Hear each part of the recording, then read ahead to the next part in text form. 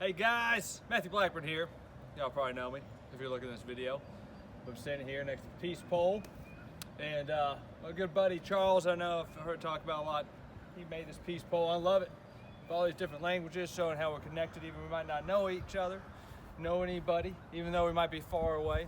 And right now, we live in a community where it kind of feels that way. We might feel a little bit isolated where we're at, but I hope you guys know we're going to stay connected together.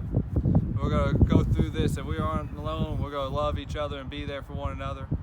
And one of the ways we're going to do it is, like, if you stay on a little bit longer here in this video, you're going to see Mia talk from a couple weeks ago. So if you missed it, please stick around. It's awesome to hear her speak. And we're going to try to keep having seniors talk, not senior citizens, but high school seniors, to kind of talk and continue that process. And if y'all guys got any videos, anything you want to show, if y'all want to show y'all doing a flash mob or doing your joke to welcome up folks, please send them in. You can text them to my number and we'll put them up there for everyone to see. And you know, during this time, I hope you guys always remember how loved you all are and how we're always there for one another. So please enjoy, stick around and see Mia talk, and look out for other videos we're gonna be sending in. Please send them in too.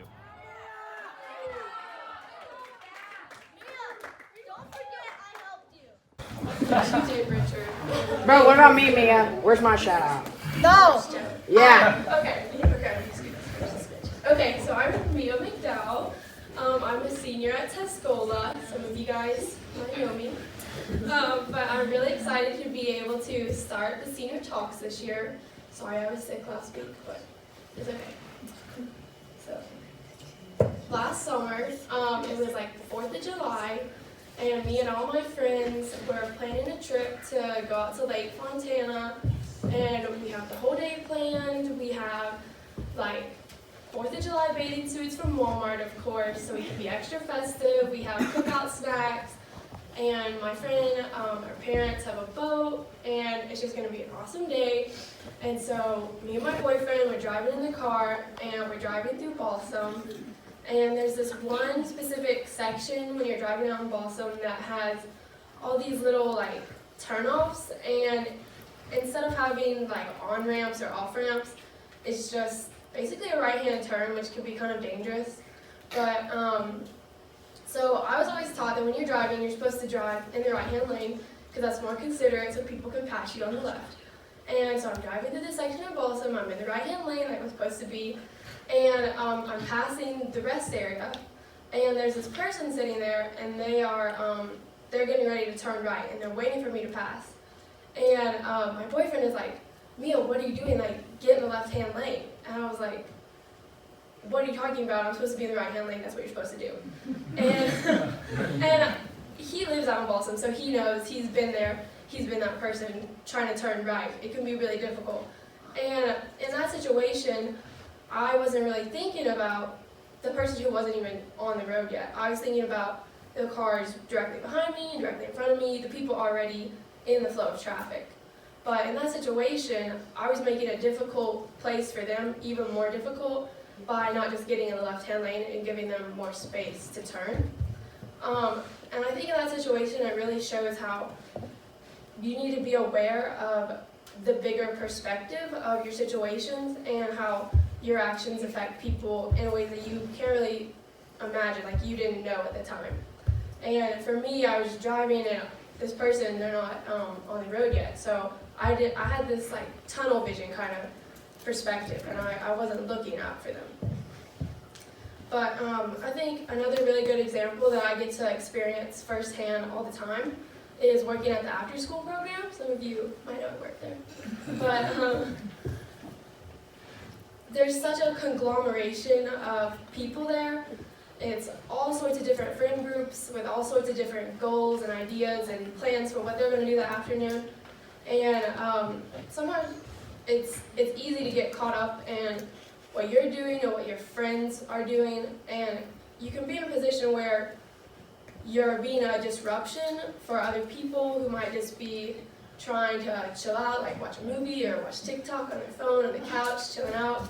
And in this situations, like after school, you know, it could just be taking a few extra snacks, and that might mean that someone else later down the road doesn't get a snack, or if you're out in the parking lot and you tried to kick a soccer ball, like maybe it's gonna hit someone down the road and you didn't think about that. You were too caught up in what you were doing with your friends, having a good time.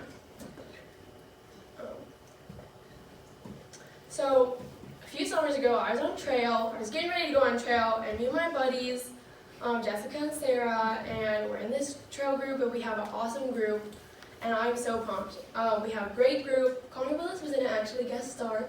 And, and no.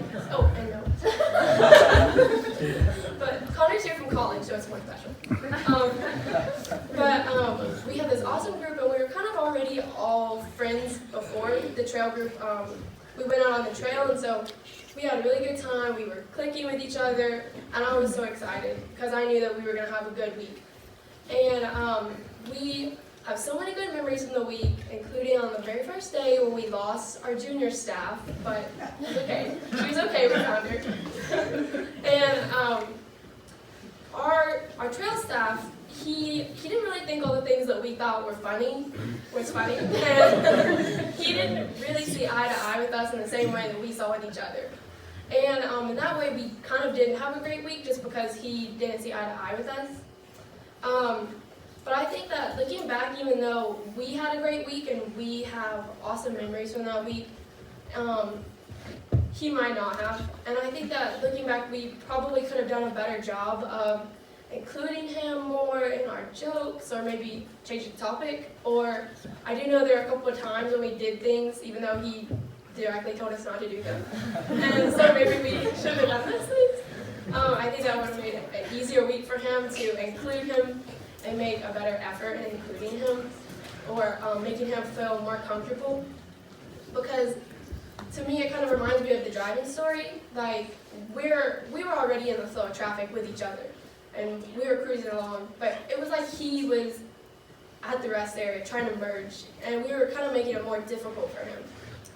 But as Christians, well, as children, we are always taught to be nice to our friends and to be kind and to share.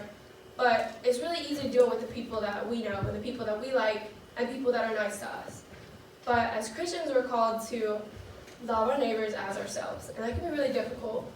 But we're called to not just love the people who are nice to us, but also the neighbors on the street or the neighbors who have a tacky front yard. We have to love all those people too, even when they don't see eye to eye with us. But a major part of loving our neighbors is to consider our actions before we take them. We have to understand that all of our actions have ripple effects in ways that we may not know. We may not think about them prior to doing them. Okay, let's pray. Dear God, thank you for allowing me to be here and to speak to all you guys. Please help us as we go out into our everyday lives to think about our actions before we take them and understand the repercussions of our actions before we take them. Please help us as we go out into our week and our school to love the people who may be tacky or not in the flow of traffic yet. And in your name we pray, amen.